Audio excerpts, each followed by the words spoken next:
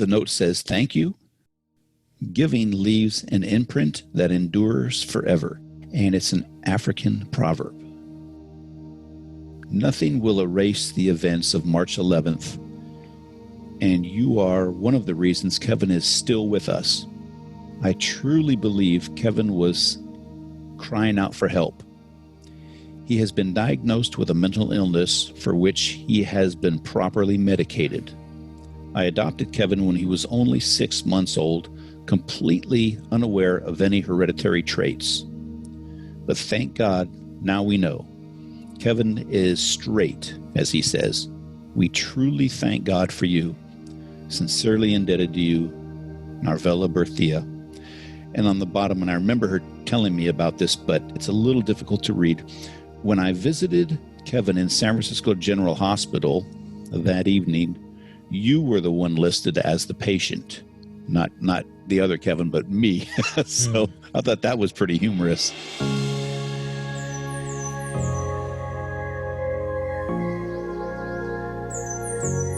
Deep listening, impact beyond words. G'day, I'm Oscar Trimboli, and this is the Apple Award-winning podcast, Deep Listening, designed to move you from a distracted listener to a deep and impactful leader. Did you know you spend 55% of your day listening, yet only 2% of people have ever been taught how? In each episode, we explore the 5 levels of listening. Communication is 50% speaking and 50% listening. Yet as a leader, you're taught only the importance of communication from the perspective of how to speak. It's critical you start to build some muscles for the next phase in how to listen. The cost of not listening? It's confusion, it's conflict, it's projects running over schedule, it's lost customers, it's great employees that leave before they want to. When you implement the strategies, the tips and tactics that you'll hear, you'll get 4 hours a week back in your schedule. I wonder what you could do with an extra 4 hours a week. Sergeant Kevin Briggs is an international crisis management and suicide prevention expert. His TED Talk, The Bridge Between Suicide and Life, has been viewed over 6 million times. Kevin is a retired California Highway Patrol sergeant, and he spent many years patrolling the Golden Gate Bridge. While on those patrols, he encountered many individuals clinging to life by a thread, individuals who had lost hope and could see no way out of their situation. Kevin, through his compassion, his gentle voice, his eye contact, and his ability to listen, encouraged more than 200 individuals either not to go over the bridge's rails or come back to solid ground from where they were standing precariously on the edge of the bridge and start a new chapter in their life. These challenging and rewarding efforts earned Kevin the nickname, the Guardian of the Golden Gate Bridge. Today, Kevin is mapping a movement where he speaks and trains others on suicide prevention, crisis management, and negotiation. A warning before we listen to Kevin. This episode discusses topics including suicide. So if you, your family, or your friends are impacted or may be triggered by this kind of information, please make a choice about whether you want to listen to the rest of this conversation. Professional help is usually available for everyone, and your local doctor is always the most potent resource in pointing you in the right direction. Let's listen to Kevin.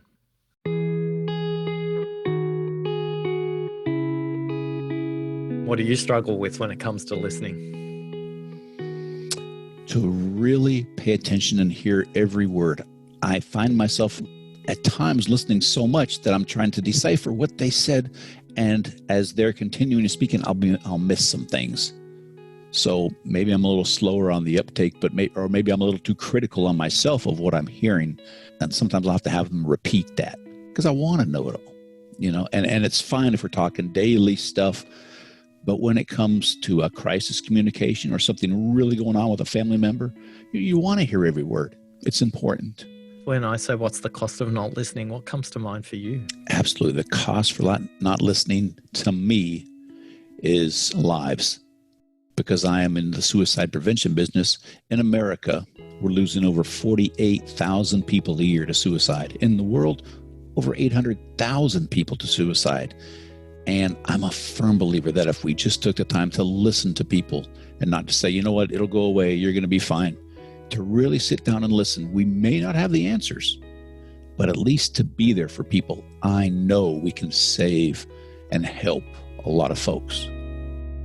When I was with the California Highway Patrol, and I was with them for 23 years, I received a call of a man on the sidewalk, African-American man on a cell phone. And he's talking to a loved one, and he says that he's going to jump. So I start on my motorcycle. I rode a motorcycle for the patrol. I start working my way on the Golden Gate Bridge from the north end to the south end. So I would be going towards San Francisco. As I neared the North Tower, I see the description of the man, and he's on the sidewalk. I stop about 50 feet away or so. As I'm getting off of my motorcycle, he looks my direction and jumps over this 4-foot rail. As he jumps, I yelled something to him. I can't remember what it was, but he caught himself. He reached his hand out, caught the rail, swung down, and this is heavy-duty metal. This is the bridge 220 feet up, the Golden Gate Bridge. This is it. He slams into the rail, lands on this little bitty pipe, and that's where he stayed. I thought he was gone. He was wearing a white T-shirt, but I could see through the columns the white T-shirt. So I have learned so much in negotiations throughout my years, been very humbled and blessed to do this work, but I've struggled a lot with folks. So I walked up there really quick, and I saw he was there, which was miracle number one. I raised my hand, and instead of just going all the way up to the rail, I typically will do this. Hi, I'm Kevin. Is it okay if I come up and talk with you for a while? And at first, he didn't want me to. He was screaming at me.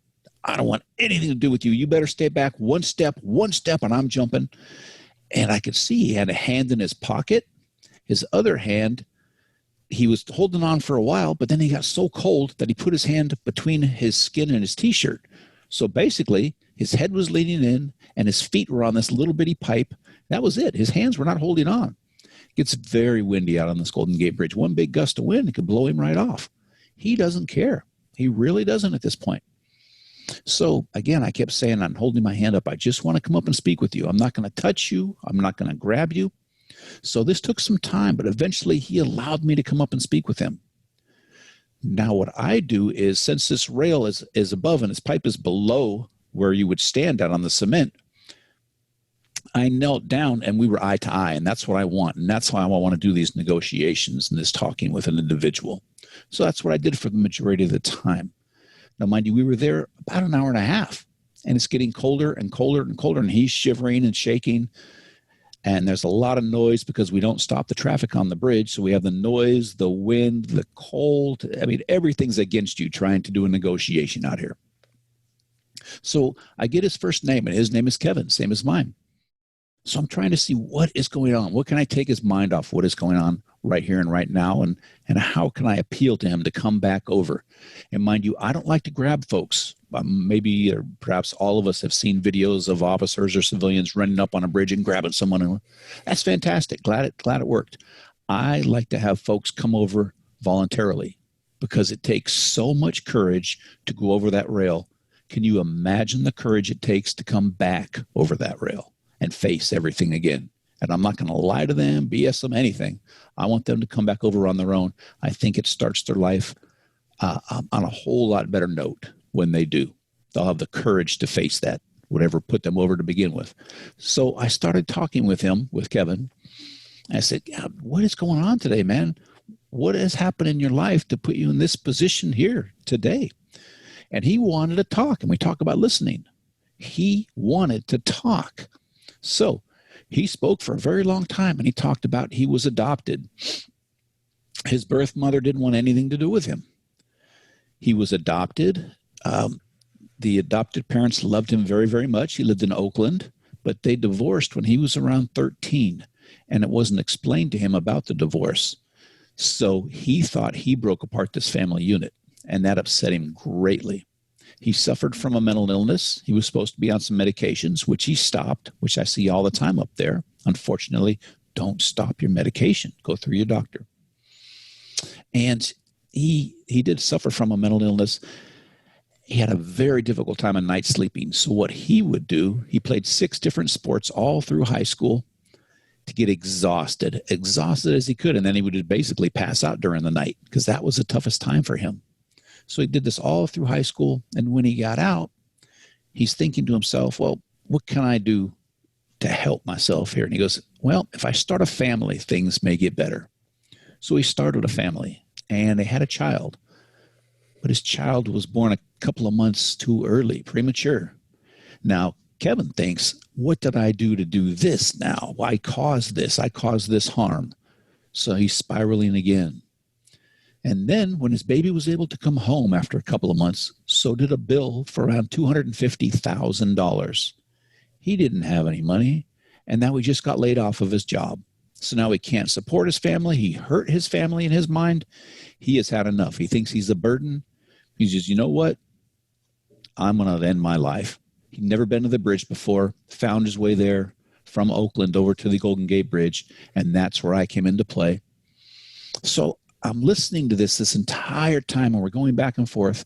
And in active listening skills, one of the active listening skills we use is called minimal encouragers. And it's simply a very short phrase or one word to keep people interested in speaking, to keep them going and to let them know that I'm there and I'm listening.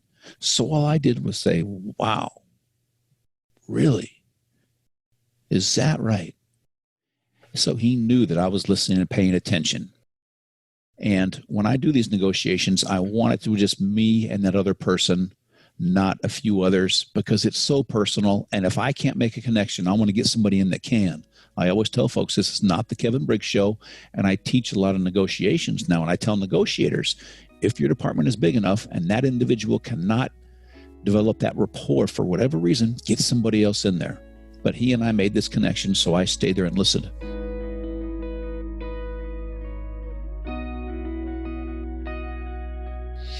And I kept thinking, what can I do?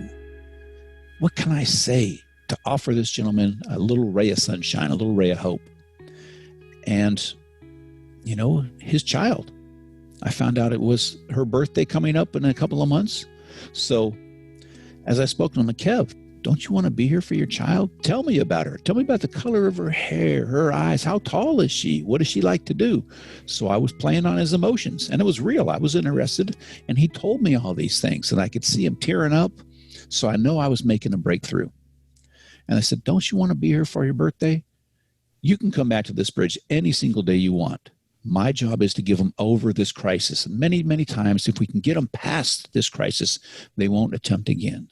So that was my job. And I said, you know what, Kev? After we spoke for a while, I'm going to give you some time to think about this. And I stepped away and I let him think about everything and about his child. But before I did, I also told him, you know, Kev, if you jump today, your child has a much greater chance of losing her life also. One suicide can lead to another. So I said, I want you to think about all these things, and I'm going to step away. It was a hell of a chance. I go, this may be the time he goes or the time when he thinks really clearly about it and think, all right, I want to come back. So I gave him a little bit of time. And then again, I do this every time. I go, hey, Kev, is it okay if I come back up? Yep, because I don't want to scare him, frighten him, anything like that. I come back up, and he looks up at me, and he goes, Kevin, I want to come back over. And that's about the time that a news chopper out in the bay took a photograph, and maybe some folks have seen this, but it shows us both on that Golden Gate Bridge. And he came back over. I helped him. And then I congratulated him. And I want to learn off of each and every single person that I dealt with. And for over 10 years, I worked on that bridge for about 17, but for over 10 years, I was the only person working down there per shift. We only had one officer until the tragedy in 9/11. Then we put more people down there. But I would handle 4 to 6 cases a month of this. So it turned out to be a lot of people. But I would ask them, what did I do that helped this situation? And what did I do that wasn't so good, that hurt the situation? And he said, you let me speak. You listened and you let me speak. So when your question was, what about listening? Have you listened to someone? And here's a high-end one, about as high-end as you could get. All this guy was looking for was to listen and maybe not say, you know what you should have done, or you're going to be fine. Everything's going to be great. You got to work harder. I didn't do anything. Just sat there and listened and said, man, that sounds really tough. Validated him and his feelings and what he's going through. And that's all this guy was looking for. And we are friends till today. And on occasion, we get to go on stage together and present. It's a lot of fun. He's a really neat guy. And his mum wrote you a letter. She had written me a nice letter, and I have it to this day. I was asked by the American Foundation for Suicide Prevention to come out and receive an award in New York. And I really didn't want to go, and I didn't want the award. Thank you very much. Appreciate it. But give it to an officer or somebody that works down there once in a while or something. But they went through my commander, and there was a lot of pressure on me. So I was going to New York, and I was getting this award. That's pretty much how it went. But they asked me, is there anybody you saved? I said, no, we don't follow up, and I'll be embarrassed. What am I going to tell someone? But I did have this note from his mother, and she lived in Oakland at the time. So I said, you know what? I will go out to Oakland and see if she lives there, contact her, and then she can go and see if Kevin would like to meet me. Well, that's what happened. She gave me a big hug. We met. But the first time we met after this incident, and this was years later, was in New York City. And a little addition to this story for folks, if you ever see this photograph of me speaking with Kevin Berthia, I'm in uniform, you have the rail of the bridge, and he is over on this little bitty pipe. Kev hated that photo, and I didn't know this. And he's up speaking to all these mental health professionals, a very, very high-end event, black, white, I mean, really neat. He's talking about this, and he said, I hated that photo because it was in the newspapers. He goes, it shows a black man at a very weak point in their life. And where I grew up, which he's him speaking in Oakland, you do not show weakness. I had no idea about this. So what happened was when he was finished speaking at that event in New York City, the audience stood up and gave him a standing ovation. And it was really, really cool. I'm going to give the award back to him and say, here you go. You saved him. But he did a wonderful job. And it really boosted his level to where he can come out and talk to folks now about what that was and what it was like and how he can get past that way before it gets to that level where someone is suicidal. The note says, thank you. Giving leaves an imprint that endures forever. And it's an African proverb. Nothing will erase the events of March 11th. And you are one of the reasons Kevin is still with us. I truly believe Kevin was crying out for help. He has been diagnosed with a mental illness for which he has been properly medicated. I adopted Kevin when he was only 6 months old, completely unaware of any hereditary traits. But thank God, now we know. Kevin is straight, as he says. We truly thank God for you. Sincerely indebted to you, Narvella Berthia. And on the bottom, and I remember her telling me about this, but it's a little difficult to read. When I visited Kevin in San Francisco General Hospital that evening, you were the one listed as the patient, not the other Kevin, but me. So I thought that was pretty humorous. Thanks for sharing that. I think it's an important part of how the impact is not just that conversation, but all the people around it as well. And it's just like suicide itself. They say when a suicide occurs, there's a ripple effect. Well, I understand what they're saying, but in reality, it's a tsunami, and it just causes the grief that surrounds this, and the other damage that it causes. The collateral damage is huge to folks, especially when a parent loses a child. Kevin, you received the dispatch notification on your radio. From the time you took the dispatch to the time you saw this person in the white shirt on the bridge, roughly how long is that in terms of time? Just a few minutes, actually. I was fairly close. And being on the motorcycle, I can go down the sidewalks. And that really helps looking for an individual. If you're in a car, you have to get out of the car, you have to park, take a lane, and it can other issues occur. So. Kevin, you take the dispatch call on your radio. I'm curious, for the next 2 minutes, how are you preparing to be available to listen to the other person? What's your practice in that moment? So part of me, I always say a little prayer really quick for the individual, for myself to be safe. And then I'm thinking, I don't want to go into this thinking what's going on with it. I want to take it all in as I come up. So what I'm trying to do is, as I'm going to the scene, I'm trying to take in everything around me. I want to see the surroundings, because I don't know when I get there. Maybe this person has a gun and he's holding everybody away. Maybe he's cowering in a corner. I have no idea. So I don't want to prejudge anything, what I'm going to say, what I'm going to do. But I want to be able to keep my head up and visually see everything around me and adjust accordingly. So that's my thinking as I'm processing this going down and trying to remember things. Okay, this is my pattern of what not to say is a big one with me. Your pattern of thinking, just tell me a little bit more about that. Mm-hmm. Certain things, and you had talked about it a bit, but things I try to avoid are you should calm down. I understand, things will get better. Why? So if I say, you know what you should have done, doesn't go well, my rapport is going downhill because I'm placing blame on them. I can say something to the effect of, instead of you should have or you should have you tried this? Have you tried this? Be a much better way of saying it. And then calm down. And I tell folks, has anybody in the history of telling someone to calm down ever calmed down? I don't think so. They get angrier. And I'm not going to be very effective. So you step off your bike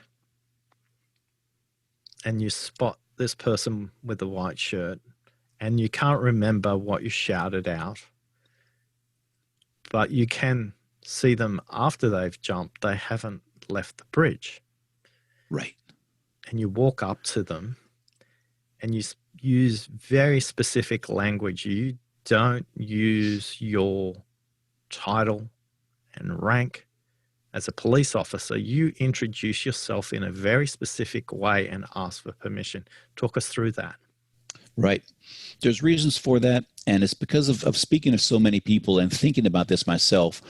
How would I want someone to approach me? So I'm thinking this individual is scared. This could be his last day on earth. Frightened, scared. Are they under the influence of alcohol or drugs? We don't know. What could be the best way that I can approach? I can't get out of this uniform. Maybe I could put on some kind of jacket to cover it up, but typically no.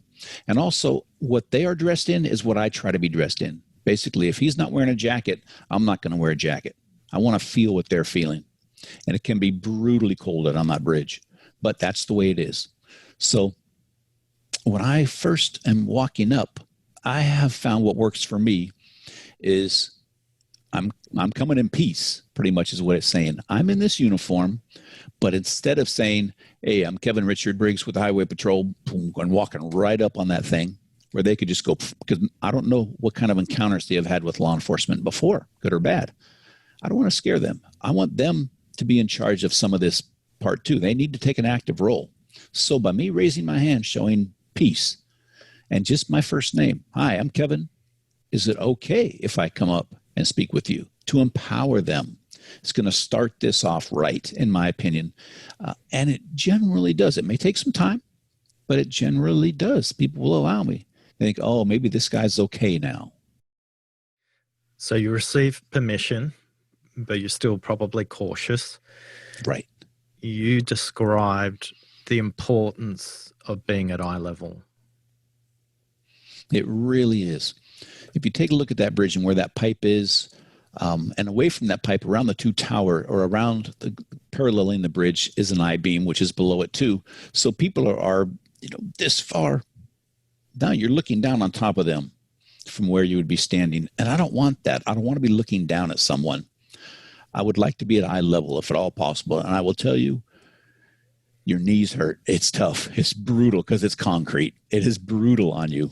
But sometimes you have to stand up because as you get older, you're falling apart. I'm getting too many injuries. But I think it makes for a great connection. And you can be fairly close because that individual is here, just on the other side of these metal beams, these metal columns.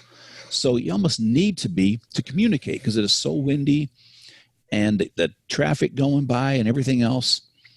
So if I can be at eye level anywhere in this area here with them, I think that's the way to be. And I want that wherever I go.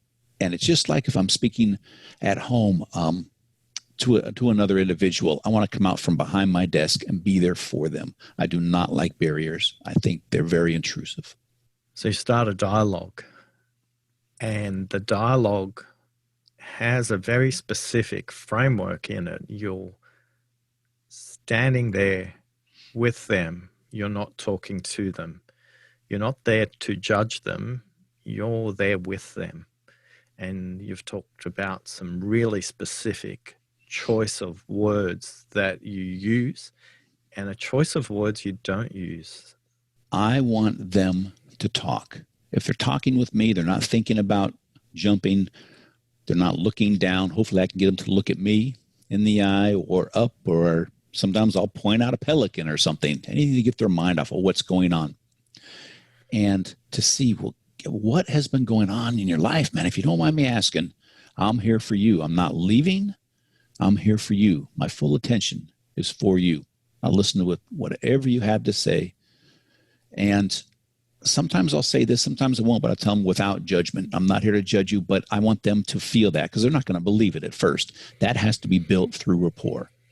But if I can get them to talk and then to validate what they're going through and to really mean it, to look them in the eye and mean it. This is a tough one. By the time you get done with these, you're exhausted. It takes a lot out of you. And I will tell you, on the occasion where I have lost someone, where they have jumped, I think a little piece of me goes down with them. It's very brutal. But with Kev, I said, man, what has been going on in your life? Can we have a conversation? Just you and me. I'm here for you. I don't want to see you get hurt. So it took a little bit of time. He was feeling me out a bit. He goes, he didn't want to talk. Most people don't really want to talk right from the start. But if you keep going with them and show that you care and you have empathy, and you're not on this cell phone, hey, what's going on? All these things I'm saying are things we need to do down here at this level also. Everything is the same. It's just a different environment. It's a much better environment down here. So eventually he started talking, and he could see that I was interested, and I'm giving him my full attention. And that's exactly what I did. Sometimes I will turn off my radio. I need to be focused. The whole world evolves right in this little circle right here. This is what's important. So he finally started trusting me a little more. And he would tell me more as he continued. And I could see he started using more adjectives and describing things more. So he was relaxing just a little bit. But still, he wasn't holding on to these rails very often. He would have one hand up in his shirt because he was so cold, the other hand in his pocket, and he was just tripoding against this rail.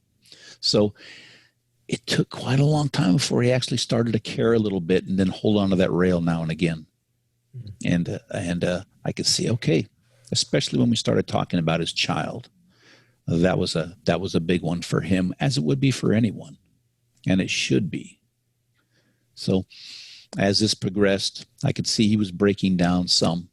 And that sometimes that can go either way. Maybe they're breaking down enough to where they're in their head, I'm thinking I'm making a breakthrough. They're thinking about their child, but no, they're thinking about, okay, I've had it. I'm ready to go. But he was thinking about his child. And like I said, I stay clear of you should calm down. I understand things will get better. I've been through a number of things. I've had cancer when I was a kid, testicular cancer. I got 3 stents in my heart, had a very serious head injury. So I've been through some things. But I don't talk about that stuff or compare my situation with them, because it's not about me. I tell folks it's not the Kevin Briggs show. It's about that individual. And that's what I want to tell everybody else. Make it about them. I don't care what you've been through. If you've been through 15 things and they've been through one, that one is trauma for them. Try to understand what's going on and to validate it. I'm saying, Kev, man, that sounds really tough, what you've been going through. Yeah. And then I started focusing on his child a little more. Yeah, and when we talk about listening at level 5, we're listening for meaning, and what meaning are people making from this. And as you explore the meaning as it relates to his child, I'm curious if you explained that as stories or was as questions. How did you create a perspective for him around his daughter? So as he spoke about his child, I was thinking about this, the deeper meaning of all of this, but it was he thought he was a failure to his family. But he also had it in his head that he suffered from a mental illness. So maybe it wasn't quite right, all the connections going on. So he had this huge internal battle within himself. So I asked him, and I do most people up there, and I question it, are you taking any medications or supposed to be taking any medications for anything? I'm not going to bait them and say for a mental illness. Are you taking aspirin for your heart? Whatever that may be. And usually they will tell me. And I'll be honest with you, most of the time I don't know what they're saying as far as the medications. I don't study the meds. I've been on a couple myself for depression, but I can't remember the names of those things. I just, here's the thing, and I take them. Make sure you take them on time. So he was talking about it, and he said, I stopped it quite a while ago, and I know that's not right. I said, okay, I'm not going to tell him it's not right, but okay. Sometimes it's the adverse effects. Sometimes it's that cost of the medication, whatever that may be. Okay. Well, did they help? Well, they helped somewhat. And, we're trying to work on those when we did have the money to do this. So I know that there's a need there for him. Many people don't need medications, just some therapy. But if you do need it, you need it, and it helps. So we talked about that. And the bigger deal going on with him was he felt a failure to his family, to his child. I said, man, that sounds really tough and brutal. What's it going to be like with you gone? What's your child going to think, knowing that her daddy is no longer here? And I think the daddy thing caught on him too a bit. There goes your opportunity to show and for this chance to become better and help your family. And Kev, you're making the shots today. You make the calls. I just want to make sure that you are coherent about what's going on. Sometimes people, when they come up here, I think they have a horse with blinders on. Hopefully I can just spread that out a bit. And I want you to make this choice, but I want you to be fully aware of everything that's going on also. It's very, very important.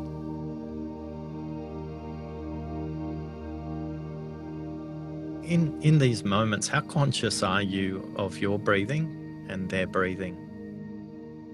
I watch their breathing, my own. I focus on what's coming out of me, my tone and my speech, because I tend to speak rather quickly.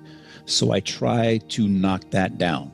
I only concentrate on a couple of things because there's so many things going on in my head to make sure there's not somebody else walking up on us. Sometimes a driver will be driving by, and because they're inconvenienced and now stop and go traffic, they're yelling out, "Jump, you SOB!" So I'm got a lot of other things going on in my head.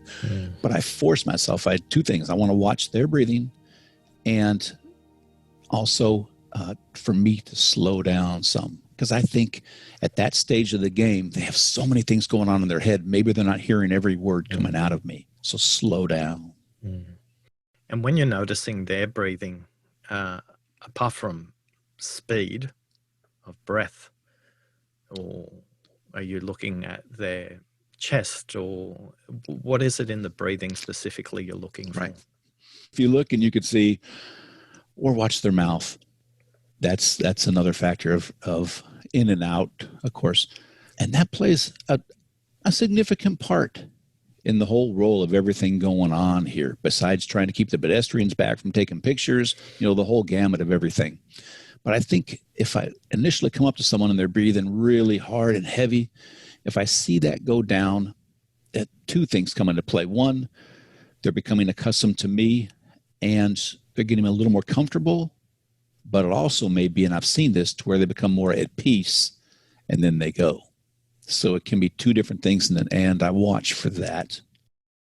So we can take a pause right now, because you take a pause too, and you gave Kevin a choice. You said, I'm going to step away now. Talk us through the choices you're making as you give them an opportunity to listen to themselves. So if these progress for quite a long time, the longest I had was a little over 8 hours, but I need a break and I need to think about, am I the one doing this? Should I get somebody else in? Am I making headway on this? If they are kind of going with the program, what I think it should be going, how it should be going, then I will stay. And I'll say, and I always try to personalize everything if they allow me to use their first name. And I will say, Kev, we've been talking for a while. I want to give you a chance to think about everything, to take a break. I'm going to take a step back, but I'm only going to do so if you promise me not to do anything before I come back up here.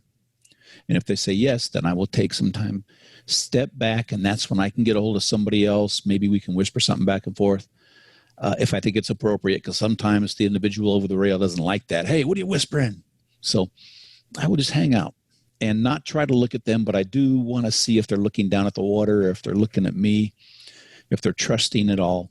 So give them a little bit of time. And sometimes I'll see them close their eyes and just like, okay, they're pondering this really good. I know if they're looking down at the water, then it's not going so well. But I will tell them, look up at the mountains, because 99% of the time the folks are in this instance, on the Golden Gate Bridge, they're on the east side of the bridge because pedestrians are not allowed on the other side. So they don't even have access to it. So they're looking towards the bay, towards the city, towards Alcatraz, towards the mountains. And it can be a very beautiful view. It really is. And I tell them, man, take a look around. It's really nice out here. It's cold, but it's very, very nice. So I want them to be looking around and seeing the beauty around them also. But after a period of time, whether that be 1 minute, 3 minutes or something, whatever you think is appropriate, then I will do the same thing. Hey, Kev, right hand up. Is it okay if I come back up? And when I get their acknowledgement, I don't want to scare them, spook them. Then I will go back up and we will start back over again. So what we've been talking about, I'm going to cover that again to reaffirm and show them, okay, I was understanding. I was here. I was present. I get it. So let's continue on and talk about some other things then. Tell me about your childhood. What was that like? If you don't mind me asking, I could tell you. And sometimes I'll throw in a little bit about me. I don't mind it, but I go by the 80-20, 70-30 rule. I want them to be speaking 70 to 80% of the time, me 20 to 30. Because if I'm the one doing all the talking, I'm not learning anything and I'm not venting. Venting is fantastic for people, makes them feel so much better to get that stuff off their chest. So that's what I want. If I have to throw something about me, I grew up right over those mountains in Marin County over there. It's a really nice place. And then like Kev, I was over in Oakland, and they're completely different environments. But wow, what was that like? That's pretty cool. What street? And if I can stretch that time out, the longer I can stretch that time, the better chance I have of getting that individual back over. So we will talk about sports if I happen to know about it, dogs, cats, whatever that be. And I'll show them pictures of my dog or something, anything that can bring a smile to their face that they can see, wow, you know what? That's really cool. I may miss this stuff. I want to come back. So. Not everyone's going to be in a situation where the person they're speaking to is at risk, is standing on a bridge. What are 3 tips you would give people to help them help others in a situation like this? Right. I would say if someone knows they're going to be talking to someone who may be suicidal, have the conversation somewhere where that individual is comfortable, if at all possible. And try not to have a barrier between you. Not right on them. Give them some room. So I say in real estate, there's location, location, location. Well, I would say location, list, and listen. Say, Bob, brother, I've been seeing some things, hearing some things, and I want to let you know, man, it's troubling to me. I care about you. You're a friend of mine. I don't want to see anything happen to you. Whatever's going on, I want to let you know that I'm here for you. You do not have to go through this alone. And I think that's really big. Location, list, and listen. Remember the 80-20, something in that range there. Let them talk. When we're talking, we're not learning anything. And they're getting angrier and angrier and angrier because it's supposed to be about them. Wherever you're at in the world, if you think someone is struggling, don't be afraid to have that conversation. But go in prepared. Do some research first. What am I looking at for someone who may be suicidal? Maybe they're just going through a tough time. If they're suicidal, learn how to ask that question. Okay, have you been having thoughts of killing yourself? Be able to validate, normalize, and have gratitude. If we can do those, we won't lose nearly the folks that we're losing. So validate. That sounds really tough. By meaning that and telling someone that, and then normalize their situation. man, anybody that's been going through so many things like you have in such a tough time, they may be thinking about killing themselves. Have you been thinking about killing yourself? And then have some stuff with you. Like in America, we have the 1-800-273-TALK, Suicide Prevention Lifeline. You can call that, even though you're not suicidal. You can call that. Have that with you. Here we know, and around the world, most of the time, adolescents do not like to talk on the phone. My two boys hardly ever call me, and they're 17 and 19, but they will text. They love to text. So we have 741-741, a crisis text line. They may have that wherever you folks are at. Have that information with you, because I will guarantee you're going to forget it. You're going to be, oh my God, it's such a high-end conversation. You're going to stumble. And I still do sometimes. But have it with you. Maybe the community place where people can go for more services, because we know money's tight and it's difficult to get appointments for these things. But there is teletherapy. There's a lot of stuff out there for folks.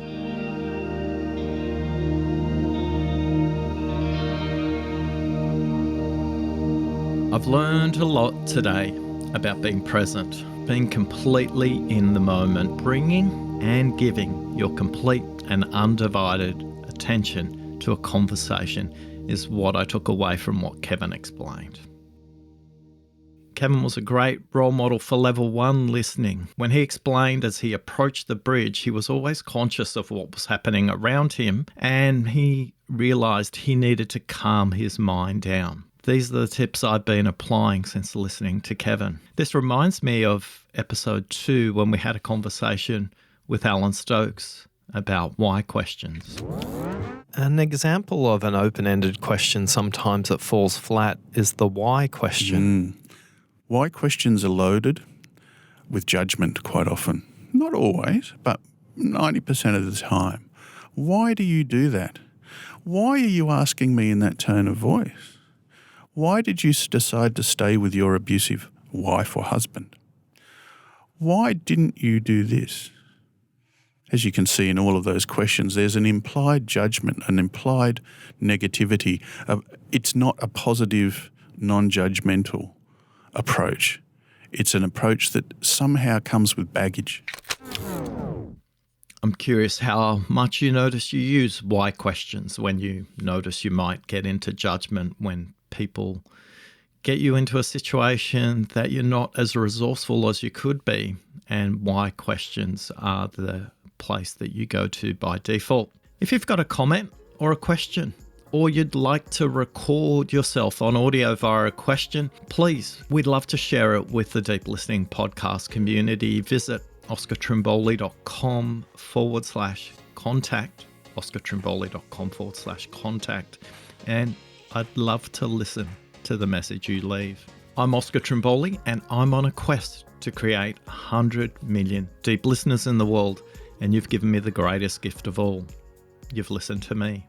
Thanks for listening.